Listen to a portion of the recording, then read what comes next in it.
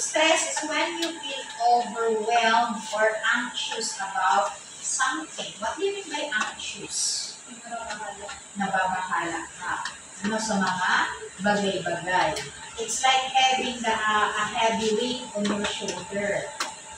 So, therefore, is stress normal or not normal? Normal. Yes. So, ang stress, normal lang. Ano? Every day, every minute minsan, iba talaga kitang stress na mamamalian. So, what is important is, we know how to cope, how to manage the stress. Did you understand? Okay, para di siya maging severe ang stress nindo na pwedeng mag-lead sa inyong depression or terminal ang anxious or you will have this so-called anxiety. Ano po? Okay, so ano ang mga causa base sa ito? Ang mga cause is financial difficulties. So at your age, nakaka-experience naman kayo financial difficulties. Siyempre, number 1 yan na nakaka-stress. Pag mayo kita ni kwarta, makulog ang satuyang tayo. Pag mayo, maribong. Bakong literal na makulog, maribong ang payo. Kaya nahilingin doon sa Facebook, pag makulog ang payo, dinadapog ni kwarta. Bakong paracetamol ang pinapainom, but instead, okay, dinadapog ni kwarta. Okay, so financial problem. Gay pa yan ha. Ngunyan, pa lang yan. So, life pa lang ang sa inyong problema financially. Why? Yung mga parent pa ka muna nagsusupport or nakakagadan. Pag mayo ka muna, pwede maghagod si mama. Pero, mas malala pa yan pag kamuna ang pinakagadan. Kamuna ang breadwinner ng sa inyong family. Okay, are you ready na for that? No, not yet. So, work overload. Nakaka-experience mo kang work overload. What do you mean by work overload? Ha? Yan, tambak ng gibukon. Paano ka natatambakan gibukon? Ha? Okay, may tatawin ni time management. Paiyan-iyan. Ay, day na mo na ngayon. Today pa man deadline. Ay, next month pa ngayon mo. Sige po pang yan. Pag ang deadline, sa aga na. Kasi minsan, nagiging motivation ka deadline. Pag harayo pa, nagigipisiyan kita maghibo. Pero pag haranin na, mabiliso na kita nakaka-duwa. Motivation ang deadline? Work overload. Health issues. Example ng mga health issues. Pag may bilang, diba? Mas diba kung kita ang may bilang sa family, na i-stress man kita yan, affected kita kayo, diba? Okay, what else? You have academic pressure. Napi-pressure na ito academically. Ha? Bakit kayo napi-pressure? Do you want to become the top of the batch? Anong klaseng academic pressure? Ha? Dapat maging honor ka mo? Sisay napi-pressure sa inyo academically? Oh. Yes, Michelle. Are you pressured by your parents? O ikaw lang sa sarili mo, pinipressure mo na dapat maging achiever ako? Anong klase ng academic pressure?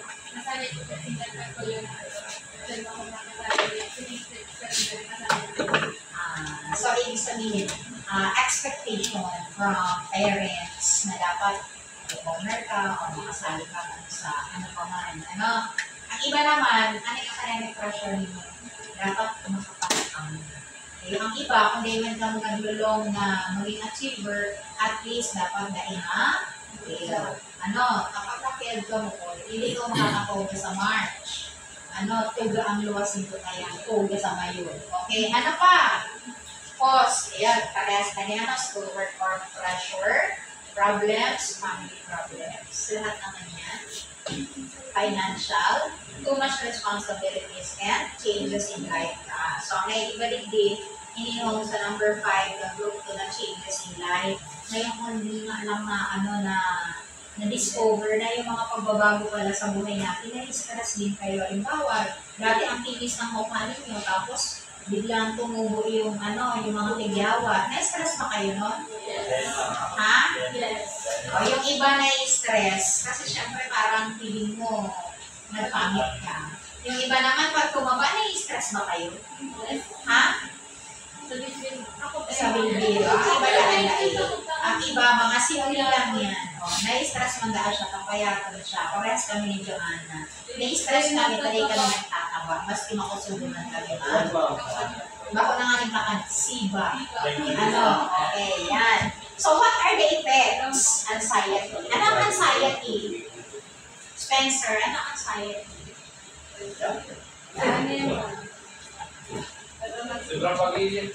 Yan.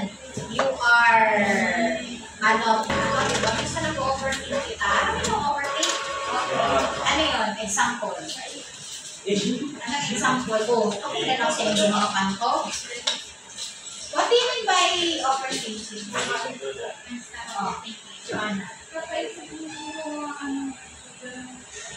Nakaisip mo ka mga problema mo. Ang overthinking, itong iniisip mo ang mga bagay na di pa man nangyayari. And ino-overthink mo na, ay baka, nangyayari mo yun. Or baka umiilusyonan ka. Ikaw overthink mo na baka di mo ako simba dun. So, nakakakos siya ni anxiety. Nakakakos siya ni stress. Did you understand? Okay. So, ano na ang stress palan? So, ang stress na is a normal or natural, natural, physiological, and psychological response to challenging situation.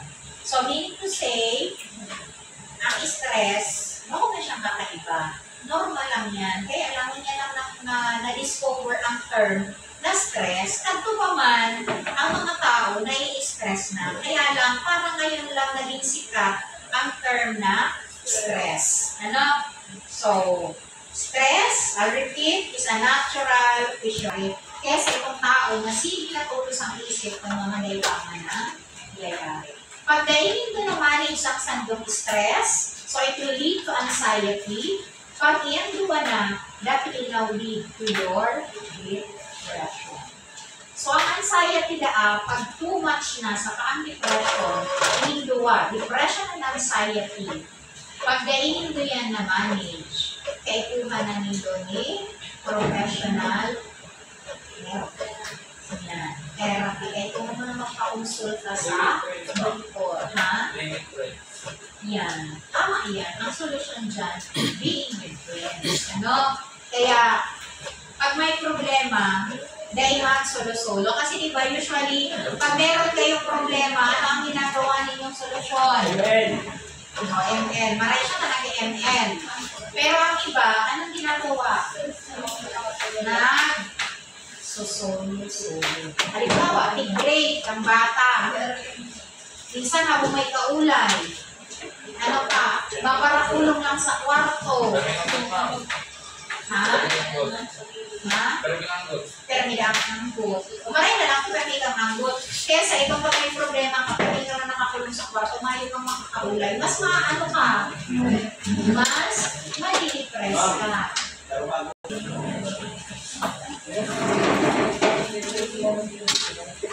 Okay, this is my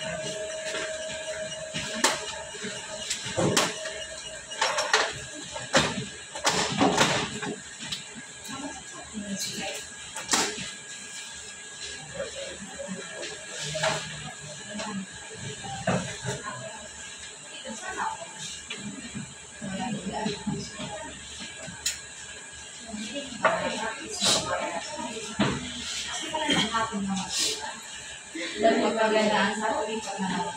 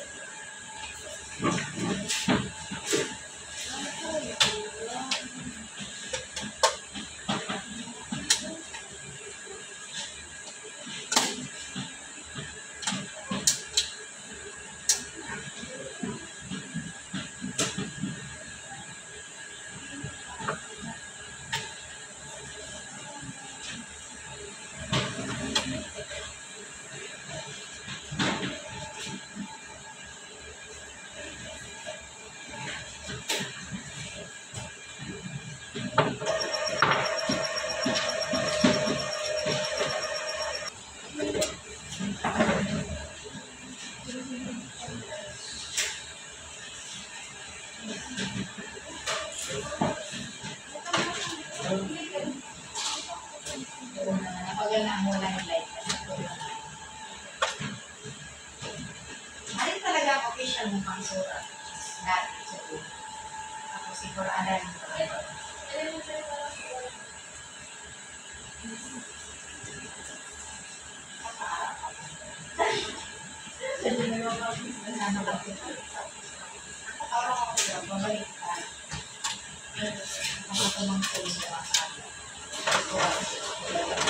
Balik ka.